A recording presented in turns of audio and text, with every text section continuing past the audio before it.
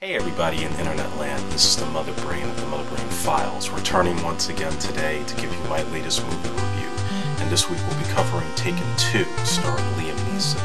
Now everybody remembers the original film back in 2009 with the great marketing campaign with Liam Neeson on the cell phone, threatening his daughter's kidnappers about his special skills and how if they don't give her back, he's going to come after them, he's going to find them, and he's going to kill them. We've seen this premise before in a number of films. Presumably, as everybody remembers, Commando with Arnold Schwarzenegger had the same exact premise.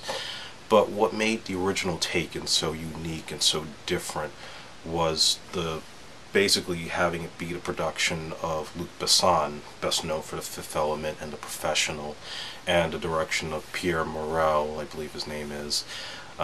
Sorry if I got the pronunciation wrong. But it was a very gritty kind of action film, very timely, you know, at a time when you have like the Natalie Holloway case, you know, and girls and young people being snatched away in foreign countries that they're vacationing on. So it was relevant for its time, but also it was Liam Neeson, you know, Oscar Schindler, and the guy from movies like Nell and, you know, my personal favorite, Darkman. You know, now playing like a real, not a dramatic character like he had done in those films, but now playing like a total old school badass in the vein of a Charles Bronson or a Lee Marvin or even Clint Eastwood to some extent. He is this special agent or former special agent, you know, now pretty much freelancing, doing bodyguard work, and wants to get away from all that, just wants to be more of a family man, specifically with his daughter.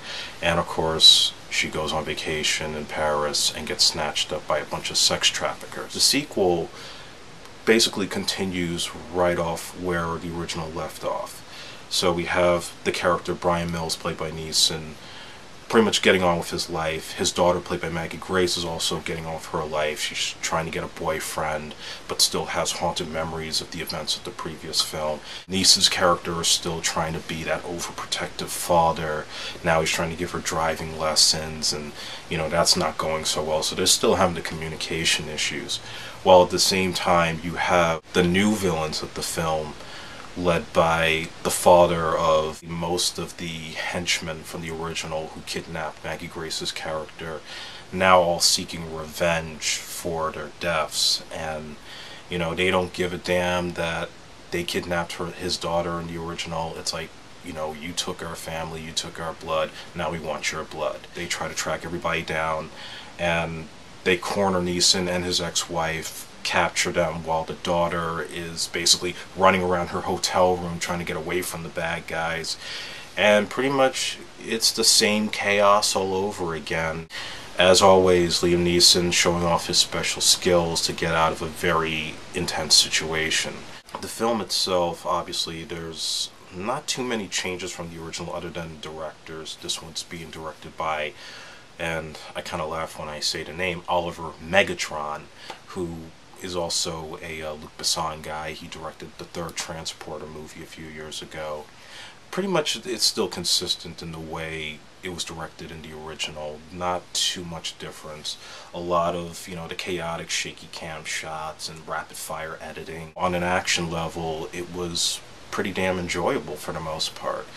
You had like a lot of great car chases in the film. You had a lot of nice fighting scenes, which I think they kind of expanded on from the first movie. You know, they have Liam Neeson doing a lot more Steven Seagal type of moves and MMA style fighting, and you know, those elements about it made it kind of work a bit. And it's still, I wouldn't say as brutal as the original, but there are some pretty hair-raising scenes in here.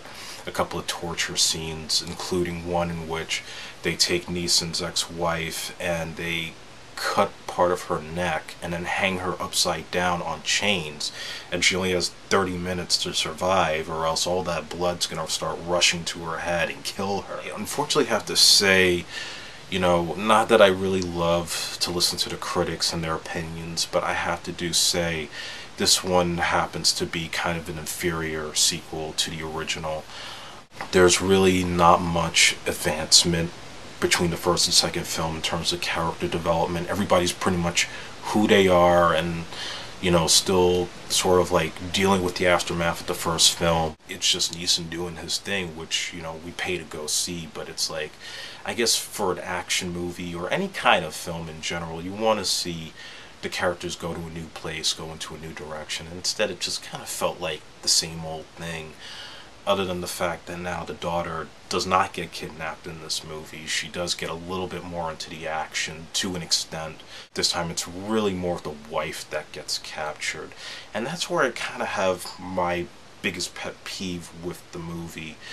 It happens to be at a point when Neeson and the ex-wife are captured, and of course Neeson manages to find a way to use his daughter via cell phone to break them out, and basically, Neeson gets out of his capture, knocks out all the bad guys, and, he does manage to save his ex-wife, but then all of a sudden, he disappears off after he wiped out everybody to go save his daughter, who's running from the bad guys on the rooftop.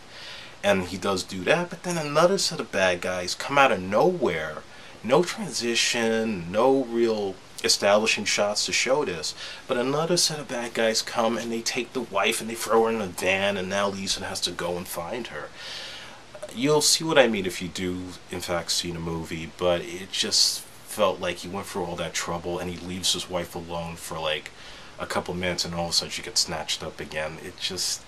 It was like a big plot hole, and I think maybe that fault is on the editing alone, because there's just a number of times where I think the movie goes too fast to where there's a lot of things you can't catch up on, and I think there's a lot of different plot holes that you're like, well, wait, when did this connect? How did this happen? And there was really no real twist to the story. It's pretty much the same film as far as, there's a kidnapping, and Neeson has to go and do what he does best, and you have your twists here and there where, just like in the first film, is the wife captured and killed? Is the wife, were we supposed to be tricked into this? It just felt like there was nothing, and the villains were so bland. It's like they only have one objective, and that's just to kill Liam Neeson. There's no twist, there's nothing, nothing really to shake the formula up or to make it feel different from the original. And from that standpoint, that's where I think the film suffers a whole lot. I would have to say, Taken 2, I would have to give 2.5 stars. Very enjoyable in terms of the action, but lacking story, lacking character development, and pretty much not too far different from the first movie. I would recommend seeing it on DVD or Blu-ray when it comes out. So that's my review of Taken 2. I am the Mother Brain. You can follow us on Postblog, and you can also follow me on Twitter at MotherBrain830, and I will see you soon.